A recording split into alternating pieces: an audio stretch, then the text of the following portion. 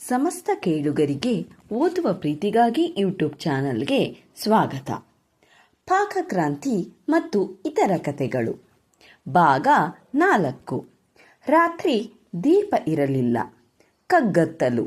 ನಮ್ಮೂರಲ್ಲಿ ಕರೆಂಟು ಹೋದರೆ ಕತ್ತಲು ಹೇಗೆ ಕವಿಯುತ್ತದೆ ಎನ್ನುವುದು ನೋಡಿದರೆ ಅರ್ಥವಾಗುವುದು. ಪೇಟೆಗಳಲ್ಲಿ ಬೀದಿ ದೀಪಗಳೋ ಅಥವಾ ಅಕ್ಕಪಕ್ಕದ ಸಾಲಿನ ದೀಪಗಳೋ ಇಲ್ಲವೇ ಓಡಾಡುವ ವಾಹನದ ದೀಪಗಳೋ ಕಣ್ಣಿಗೆ ಬೀಳುವುದರಿಂದ ಬೆಳಕೆನ್ನುವುದು ಹೇಗಿರುತ್ತದೆಂದು ಮರೆಯುವುದಿಲ್ಲ. ಆದರೆ ಇಲ್ಲಿ ಕರೆಂಟು ಹೋದರೆ ಇದ್ದಕ್ಕಿದ್ದಂತೆ ಇಡೀ ಪ್ರಪಂಚ ಇಂಕಿನ ಸಮುದ್ರಕ್ಕೆ ಧುಮುಕಿ ಮುಳುಗಿ ಹೋದಂತೆ ಕಾಣುತ್ತದೆ. ಬೆಳಕೆನ್ನುವುದರ ಹರಿವೇ ಮರೆತು ಹೋಗುವಂಥ ಗಾಢಾಂಧಕಾರ. ಬೆಂಕಿ ಪೆಟ್ಟಿಗೆ ಮೊಂಬತ್ತಿ ಹುಡುಕಿಕೊಂಡು ಗೋಡೆ ತಡವುತ್ತಾ ಪಾತ್ರೆ ಪರಡಿ ಉರುಳಾಡಿಸುತ್ತಾ ಓಡಾಡಬೇಕು. ಕುರ್ಚಿ ಮೇಜುಗಳ ಮೈದಡವಿ ಗುರುತಿಸಿ ಮನೆಯ ಯಾವ ಭಾಗದಲ್ಲಿದ್ದೇನೆಂದು ಲೆಕ್ಕ ಹಾಕಬೇಕು. ಬೆಂಕಿ ಪೆಟ್ಟಿಗೆ ಇಟ್ಟಲ್ಲಿ ಇಲ್ಲದಿದ್ದರಂತೂ ಮುಗಿದೇ ಹೋಯ್ತು. ನಾನು ಕತ್ತಲಲ್ಲಿ ಊಟ ಮಾಡುತ್ತಾ ನನ್ನ ಪುರಾತನ ಸಾರನ್ನು ಸರಿಯಾಗಿ ನೋಡಲು ಮೊಂಬತ್ತಿ ಬೆಳಕಿನಲ್ಲಿ ಸಾಧ್ಯವಾಗಲಿಲ್ಲ. ಅದರೊಳಗೆ ಅಸ್ಪಷ್ಟವಾಗಿ ಕಂಡ ಕಪ್ಪು ಚುಕ್ಕೆಗಳನ್ನು ಸಾಸುವೆ ಎಂದೇ ತಿಳಿದೆ. ಆದರೂ ಊಟ ಮಾಡುತ್ತಾ ಒಗ್ಗರಣೆಗೆ ಇಷ್ಟೊಂದು ಸಾಸುವೆ ಯಾಕೆ ಹಾಕಿದೆ ಎಂದು ಒಮ್ಮೆ ಯೋಚಿಸಿದೆ. ಊಟ ಎಲ್ಲ ಮುಗಿಯುವ ಹೊತ್ತಿಗೆ ಇದ್ದಕ್ಕಿದ್ದ ಹಾಗೆ ಕರೆಂಟು ಬಂತು. ಸ್ವಿಚ್ಚು ಮೊದಲೇ ಹಾಕಿದ್ದರಿಂದ ಜಗ್ಗನೆ ಊಟದ ಮೇಜಿನ ಮೇಲೆ ಬಿಸಿಲು ಬಿದ್ದಂತೆ ಬೆಳಕು ಪ್ರವಹಿಸಿತು. ಸಾರಿನೊಳಗಿನ ಸಾಸಿವೆಗಳತ್ತ ಕಣ್ಣು ಹಾಯಿಸಿದರೆ ಸಾಸಿವೆಗಳಿಗೆಲ್ಲ ಕೈಕಾಲು ಮೀಸೆಗಳಿವೆ. ಕೆಲವು ಇನ್ನು ಜೀವಂತವಾಗಿ ಸಾರಿನೊಳಗೆ ಈಜಾಡುತ್ತಿವೆ. ಸಾರಿನ ಪಾತ್ರೆಯ ಮೇಲೆಲ್ಲ ನೂರಾರು ಇರುವೆಗಳು ಗಡಿಬಿಡಿಯಲ್ಲಿ ಭರದಿಂದ ಓಡಾಡುತ್ತಿವೆ. ಮೊಂಬತ್ತಿ ಬೆಳಕಿನಲ್ಲಿ ಇವುಗಳ ಅರಿವೇ ಇಲ್ಲದಂತೆ ಊಟ ಮಾಡಿದ್ದೇನೆ. ಸುಮಾರು ಇರುವೆಗಳನ್ನು ತಿಂದು ತೇಗಿರಬಹುದು. ಇರುವೆ ತಿಂದೆನೆಂದು ನನಗೇನು ಬೇಸರವಾಗಲಿಲ್ಲ. ಏಕೆಂದರೆ ಅಂಥ ದುರ್ವಾಸನೆಯ ಒಣಮೀನನ್ನೇ ನಾಯಿ ಮರಿ ಅತ್ಯಾಸಕ್ತಿಯಿಂದ ಊಟ ಮಾಡಿರಬೇಕಾದರೆ ಚಿಕ್ಕ ಚುಕ್ಕೆಗಳಂತಿರುವ ಈ ಇರುವೆಗಳನ್ನು ಅಕಸ್ಮಾತ್ ನುಂಗಿರುವುದರಿಂದ ನನಗೇನು ಜಾತಿ ಕೆಡುವುದಿಲ್ಲ. ಆದರೆ ನಾಯಿ ಮರಿ ಕೊಳೆತ ಕಪ್ಪೆ ಇಲಿಗಳನ್ನು ತಿನ್ನುವ ಹಾಗೆ ನನಗೆ ಇರುವೆ ರುಚಿ ಹಲ್ಲಿಗೆ ಹಿಡಿದು ಕೊನೆಗೆ ಇರುವೆ ನೆಂಚಿಕೊಳ್ಳದೆ ಅನ್ನವೇ ಸೇರದ ಹಾಗಾದರೆ ಏನಪ್ಪಾ ಮಾಡುವುದು ಎಂದು ಚಿಂತೆಯಾಯಿತು. ಹಾಳು ಇರುವೆ ಸಾರಿನ ಬಗ್ಗೆ ಅಸಹ್ಯ ಪಡಲು ಯತ್ನಿಸಿದೆ. ಆದರೆ ಅಂಥ ಯಾವ ಭಾವನೆಗಳು ನನಗೆ ಬರದ ನನ್ನ ಕೀಳು ಅಭಿರುಚಿಯ ಬಗ್ಗೆ ನನಗೆ ಬೇಸರವೆನಿಸಿತ್ತು.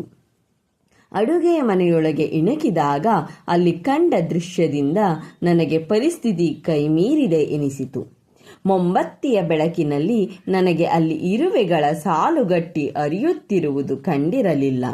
ಕಿಟಕಿಯ ಸಂದಿಯಿಂದ ನೀರು ಹೋಗುವ ಪೈಪಿನ ರಂಧ್ರದಿಂದ ನಲ್ಲಿ ಪೈಪಿನ ಮೇಲಿಂದ ಹೀಗೆ ನಾನಾ ಕಡೆಗಳಿಂದ ಇರುವೆಗಳು ಸಾಲುಗಟ್ಟಿ ಒಳಬರುತ್ತಿದ್ದವು. ಬಹುಪಾಲು ಸಾಲುಗಳು ಒಣಮೀನು ಉರಿದ ಹೆಂಚಿನ ಕಡೆಗೆ ಸಾಗಿತ್ತು. ಪಕ್ಕದಲ್ಲಿ ಇಟ್ಟಿದ್ದ ಅನ್ನದ ಪಾತ್ರೆಗೂ ಬ್ರೆಡ್ಡಿಗೂ ಮುತ್ತಿದವು. ಬ್ರೆಡ್ಡಿನೊಳಗೆ ಒಂದು ಬಿಲವನ್ನೇ ಕೊರೆದು ಗಣಿಯೊಳಗಿಂದ ಅದರು ತೆಗೆದ ಹಾಗೆ ಬ್ರೆಡ್ಡಿನ ಚೂರುಗಳನ್ನು ಹೊತ್ತುಕೊಂಡು ಹೊರಬರುತ್ತಿದ್ದವು. ಬ್ರೆಡ್ಡು ಇರುವೆಗಳಿಗೆ ಬಹು ಅಂತಸ್ತಿನ ಕಟ್ಟಡ ಇದ್ದ ಹಾಗೆ. ಅದರೊಳಗೆ ಇರುವೆ ಸೇರಿದರಂತೂ ಅವನ್ನು ಅಲ್ಲಿಂದ ಉಚ್ಚಾಟಿಸುವುದು ಬಾಡಿಗೆ ಮನೆಯವರನ್ನು ಬಿಡಿಸಿದ ಹಾಗೆ ಅಸಾಧ್ಯವೇ ಸರಿ. ಎಷ್ಟು ಕೊಡವಿ ಇರುವೆಗಳನ್ನು ತೆಗೆದರೂ ಬ್ರೆಡ್ಡಿನ ಪದರಗಳಿಂದ ಅಕ್ಷಯವಾಗಿ ಇರುವೆಗಳು ಹೊರಬರುತ್ತಲೇ ಇರುತ್ತದೆ. ನಾಯಿಗೆ ಊಟ ಆಕರ್ಷಣೀಯವಾಗಿ ಮಾಡಲು ಉಪಾಯ ಮಾಡಿ ಈ ಒಣಮೀನನ್ನು ಅಡಿಗೆ ಮನೆಯೊಳಗೆ ತಂದಿದ್ದೇ ಈ ಅನಾಹುತಕ್ಕೆ ಕಾರಣ ಎಂದು ಊಹಿಸಿದೆ.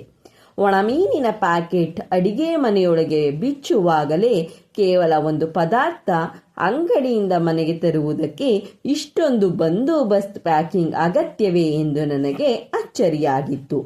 ವಿಕಿರಣ ಸೂಸುವ ಯುರೇನಿಯಂ ಪ್ಯಾಕ್ ಮಾಡಿದ ಹಾಗೆ ಒಣಗಿದ ಬಾಳೆ ಎಲೆ, ಪ್ಲಾಸ್ಟಿಕ್ ಶೀಟು, ಕಾಗದ ಇತ್ಯಾದಿಗಳನ್ನೆಲ್ಲ ಒಂದರ ಮೇಲೆ ಒಂದರಂತೆ ಅನೇಕ ಪದರಗಳಲ್ಲಿ ಅಂಗಡಿಯವನು ಸುತ್ತಿದ್ದ. ದ್ರೌಪದಿಯ ಸೀರೆಯಂತೆ ಬಿಚ್ಚಿದಷ್ಟು ಒಳಗಿರುವ ಅಸಂಖ್ಯ ಪದರಗಳು ಚಕಿತಗೊಳಿಸಿದವು. ಒಣಮೀನನ್ನು ಕೊಳ್ಳಲು ಬೇರೆ ಅಂಗಡಿಗೆ ಹೋಗಿ ವಿಚಾರಿಸಿದಾಗಲೇ ಓಹೋ, ನಿಮಗೂ ಇದೆಯೋ ಈ ಚಾಳಿ ಎನ್ನುವಂತೆ ಮುಖ ನೋಡಿ ಅಸಹಜನ್ನಗೆ ನಕ್ಕಿದ್ದ. ಇದೇನು ಕಳ್ಳ ವ್ಯಾಪಾರವೇ ಅಥವಾ ಮಾದಕ ವಸ್ತುವೇ ಅಥವಾ ಅನೈತಿಕ ವ್ಯವಹಾರವೇ? ಅಂಗಡಿಯವನು ಎದ್ದು ಅಂಗಡಿಯ ಹಿಂದೆಲ್ಲೋ ಹೋಗಿ ನಾನು ಕೇಳಿದ್ದನ್ನು ನನಗೆ ತೋರಿಸುವ ಗೋಜಿಗೆ ಹೋಗದೆ ಅಲ್ಲೇ ಪ್ಯಾಕ್ ಮಾಡಿ ತಂದು ನನ್ನ ಕೈಗಿತ್ತ. ಪ್ಯಾಕೆಟ್ ಕಡೆಗೆ ನನ್ನ ಸಂಶಯದ ನೋಟ ನೋಡಿ ಏನು ಯೋಚನೆ ಮಾಡಬೇಡಿ, ಅದನ್ನು ತಟ್ಟೆಯ ಒಂದು ಮೂಲೆಯಲ್ಲಿ ಇಟ್ಟುಕೊಂಡರೆ ಸಾಕು, ಒಂದಕ್ಕೆ ಡಬ್ಬಲ್ ಅನ್ನ ಹೊಟ್ಟೆಗೆ ಹೋಗುತ್ತದೆ, ನಂಜಿಕೊಳ್ಳಬೇಕೆಂದೇನೂ ಇಲ್ಲ ಎಂದು ಶಿಫಾರಸ್ ಮಾಡಿದ.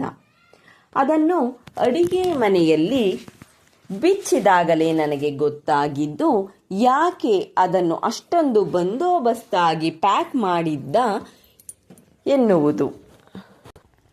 ಅದರ ದುರ್ಗಂಧಕ್ಕೆ ಇತಿಮಿತಿ ಎನ್ನುವುದೇ ಇರಲಿಲ್ಲ. ಬೇರೆ ಅದನ್ನು ಇತರ ಸಾಮಾನುಗಳೊಡನೆ ಅಂಗಡಿಯಲ್ಲಿಟ್ಟರೆ ಸಭ್ಯರು ಯಾರು ಅವನ ಅಂಗಡಿಯತ್ತ ಸುಳಿಯುವುದು ಸಾಧ್ಯವಿರಲಿಲ್ಲ. ನನ್ನ ಅಡಿಗೆ ಮನೆಯಲ್ಲಿ ಕೋಟ್ಯಾಂತರ ಕಪ್ಪೆ ಇಲಿಗಳು ಕೊಳೆಯುತ್ತಾ ಬಿದ್ದಿರುವಂತೆ ನಾಯಿ ಮರಿಗೆ ಭಾಸವಾಗಿರಬೇಕು.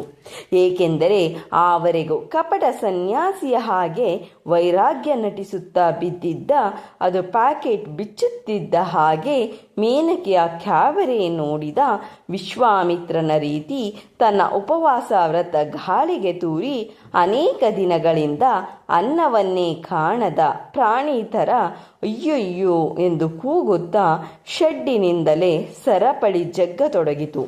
ಅದರ ಜಠರಾಗ್ನಿ ಬರಿಯ ವಾಸನೆಗೆ ಹೊತ್ತಿ ಹುರಿದು ಮೀನನ್ನು ಎಣ್ಣೆ ಹಾಕಿ ಹೆಂಚಿನ ಮೇಲೆ ಹುರಿಯುವ ಹೊತ್ತಿಗಾಗಲೇ ಬುದ್ಧಿ ಸ್ಥೀಮಿತ ಕಳೆದುಕೊಂಡು ಒಂದೆರಡು ಬಾರಿ ಗುಳ್ಳೆ ನರಿ ಥರ ಊಳಿಟ್ಟಿತು.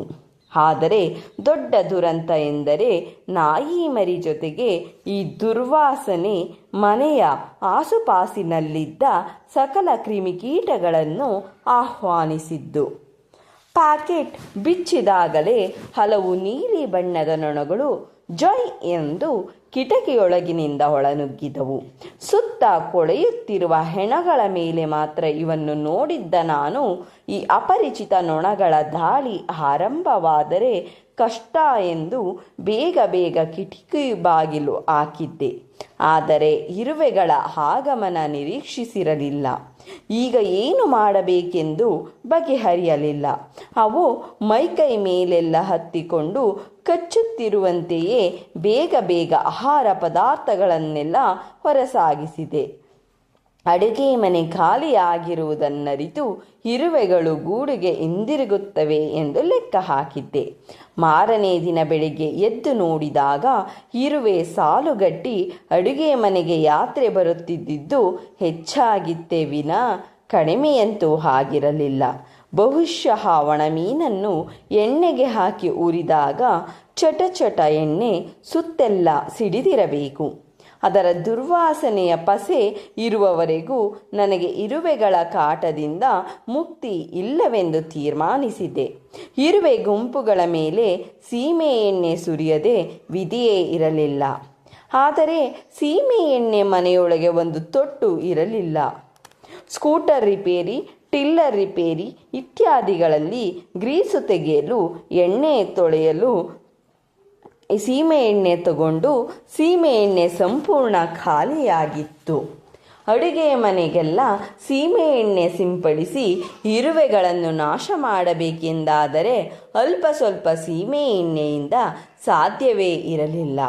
ಅಂಗಡಿಯಲ್ಲಿ ಸೀಮೆ ಎಣ್ಣೆ ಕೇಳಿದರೆ ಸೀಮೆ ಎಣ್ಣೆ ಕೊರತೆ, ನಮಗೆ ಸಪ್ಲೈ ಇಲ್ಲ, ನೀವು ಪಂಚಾಯಿತಿ ಸೊಸೈಟಿಯಲ್ಲಿ ಕೇಳಿ ಎಂದರು. ಪಂಚಾಯಿತಿ ಸೆಕ್ರೆಟರಿ ಹತ್ರ ಕೇಳಿದರೆ ರೇಷನ್ ಕಾರ್ಡು ತೋರಿಸಿದರೆ ಮಾತ್ರ ಕೊಡುತ್ತೇವೆಂದರು. ಸೊಸೈಟಿಯ 2 kg ಅಕ್ಕಿ, 3 kg ಗೋಧಿ, 1 kg ಸಕ್ಕರೆಗೆ ಗಂಟೆಗಟ್ಟಲೆ ಕ್ಯೂ ನಿಲ್ಲಲು ನನ್ನಿಂದ ಸಾಧ್ಯವೇ ಇಲ್ಲದಿದ್ದುದರಿಂದ ನಾನು ಕಾರ್ಡ್ ಮಾಡಿಸಿಕೊಂಡಿರಲಿಲ್ಲ. ಕಾರ್ಡ್ ತಹಶೀಲ್ದಾರರ ಕಚೇರಿಯಲ್ಲಿ ಕೊಡುತ್ತಾರೆಂದು ಅಲ್ಲಿಗೆ ಹೋದೆ. ಗುಮಾಸ್ತರನ್ನು ಕೇಳಿದರೆ ನಿಮ್ಮ ಹಳೆ ಕಾರ್ಡ್ ಏನಾಯಿತು ಎಂದರು. ಇಲ್ಲ, ಕಾರ್ಡು ಮಾಡಿಸಿಲ್ಲ. ಏನ್ರಿ, ಡ್ರೈವಿಂಗ್ ಲೈಸೆನ್ಸ್ನಿಂದ ಹಿಡಿದು ಪಾಸ್ಪೋರ್ಟ್ ವೀಸಾಗಳವರೆಗೆ ಎಲ್ಲಕ್ಕೂ ಅದು ಬೇಕಾಗುತ್ತೆ. ನೀವು ಈವರೆಗೆ ಯಾಕೆ ಮಾಡಿಸಿಲ್ಲ? ಹೌದಾ, ನಾನು ಅದೇ ಬರೀ ಸೊಸೈಟಿ ಗೋಧಿ ಸಕ್ಕರೆ ತಗೊಳ್ಳೋದಿಕ್ಕೆ ಮಾತ್ರ ಅಂತ ತಿಳಿದಿದ್ದೆ. ಅದರ ಪ್ರಾಮುಖ್ಯತೆ ನೀವು ತಿಳಿಸಿದ್ದು ಒಳ್ಳೆಯದಾಯಿತು. ನನಗೆ ಒಂದು ಬೇಕಾಗಿದೆಯಲ್ಲ. ನೋನು, ಅವನ್ನ ಹಾಗೆ ಕೊಡೋದಕ್ಕೆ ಆಗಲ್ಲ. ನೀವು ಒಂದು ಕೆಲಸ ಮಾಡಿ, ನಮ್ಮ ಸಾಹೇಬರಿಗೆ ಒಂದು ಅರ್ಜಿ ಕೊಡಿ. ಯಾವ ಪಂಚಾಯಿತಿಗೆ ನೀವು ಸೇರಿದವರು, ನಿಮ್ಮ ಮನೆಯಲ್ಲಿ ಎಷ್ಟು ಜನ ಇದ್ದಾರೆ, ಅವರ ವಯಸ್ಸೆಷ್ಟು ಎಲ್ಲ ನಮೂದಿಸಿ ಕೊಡಬೇಕು. ಅರ್ಜಿ ತಾನೇ, ಬರ್ಕೊಡ್ತೀನಿ ತಗೊಳ್ಳಿ. ಆಮೇಲೆ ನಿಮ್ಮದು 4 ಫೋಟೋ ಕೊಡಬೇಕು.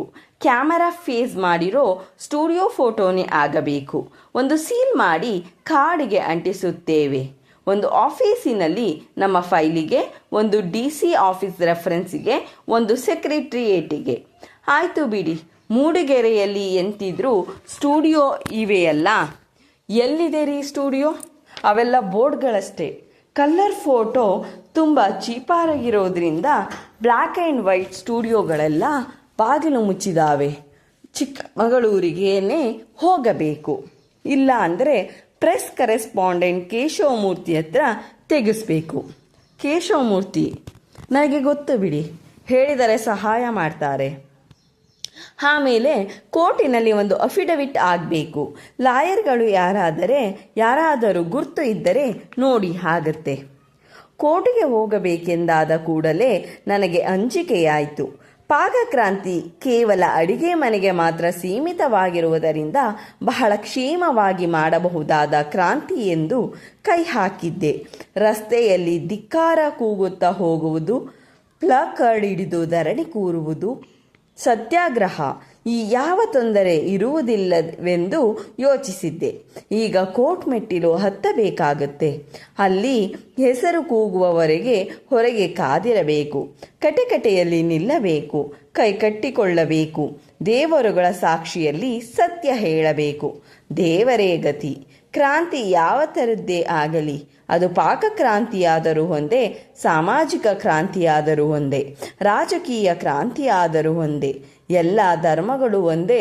ದೇವರ ಹತ್ತಿರ ಹೋಗುವ ಹಾಗೆ ಎಲ್ಲ ಕ್ರಾಂತಿಕಾರಿಗಳಿಗೂ ಕೊನೆಗೆ ಕೋರ್ಟಲ್ಲಿಂದ ಕಾರಾಗೃಹ. ಕೋರ್ಟ್ ಎಂದ ಕೂಡಲೇ ಚಿಂತಾಕ್ರಾಂತನಾದದ್ದನ್ನು ಕಂಡು ತಾಲೂಕು ಆಫೀಸ್ ಗುಮಾಸ್ತನಿಗೆ ಸಂತೋಷವಾಯಿತು. ರೇಷನ್ ಕಾರ್ಡ್ ಎನ್ನುವುದು ಒಬ್ಬ ವ್ಯಕ್ತಿಯ ಜೀವನದಲ್ಲಿ ಸಾಕ್ಷಾತ್ಕಾರವಾಗುವ ಮಹೋನ್ನತ ವಸ್ತು ಎನ್ನುವುದು ಈಗ ನನಗೆ ಅರಿವಾಗುತ್ತದೆ ಎಂದು ತೃಪ್ತಿಪಟ್ಟ.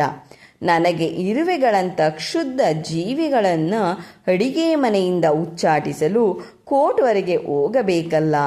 ಇಂಥ ಹುಚ್ಚು ಮುಂಡೆ ಗುಮಾಸ್ತರು, ನ್ಯಾಯಾಧೀಶರು, ನ್ಯಾಯಾಲಯಗಳು ಇದ್ದರೆ ಇರುವೆಗಳು ಸಹ ಕೋರ್ಟಿನಿಂದ ಉಚ್ಚಾಟನೆಗೆ ಸ್ಟೇ ತೆಗೆದುಕೊಳ್ಳುತ್ತವೆ. ಇದೆಂತಹ ದೇಶ ಎನಿಸುತ್ತಿತ್ತು. ನಿಮಗೆ ಕೋರ್ಟ್ನಲ್ಲಿ ಯಾರು ಪರಿಚಯದವರು ಇಲ್ಲದಿದ್ದರೆ ಚಿಕ್ಕಮಗಳೂರಿಗೆ ಹೋಗಿ, ಅಲ್ಲಿ ನೋಟರಿಗಳು ಅಂತ ಇರ್ತಾರೆ, ಫೀಸು ಕೊಟ್ಟರೆ ಅಫಿಡವಿಟ್ ಮಾಡಿಕೊಡ್ತಾರೆ ಎಂದ ಗುಮಾಸ್ತ. ಆಯಿತು ಬಿಡಿ ಎಂದು ಹೇಳಿ ಮೌನವಾಗಿ ಹೊರಬಂದೆ. ಧನ್ಯವಾದಗಳು.